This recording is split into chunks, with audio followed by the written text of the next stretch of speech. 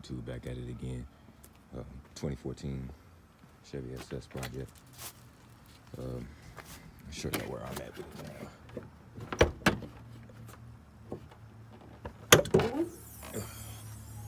Ooh, she's out of there. Yeah, she's out. It's all on the ground. Took a hell of a lot of work, but she's out. So these are the body mount bolts that you need to take out. 6 in total. These are just drive shaft bolts. These are all the body mount bolts. 6 in total. The 2 short ones go in the back. All the long ones go in the front. Whew. Had a lot of trouble with it once I got everything completely loose.